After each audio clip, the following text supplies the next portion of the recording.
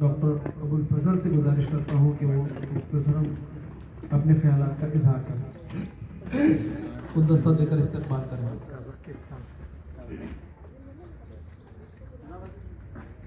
हाँ बेटा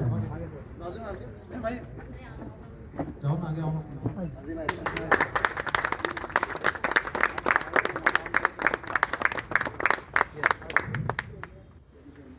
अच्छा तुम्हारा ये आइए, क्या नाम है? फरहान आवाज आइए। आपकी शोहर की हरकतें आप देख रहे होंगे नहीं, हमको मालूम है पहले से जी।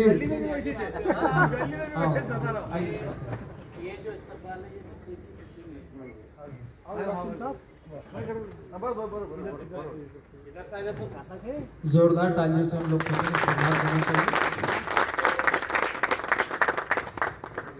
आइए डॉक्टर अबुल फजल।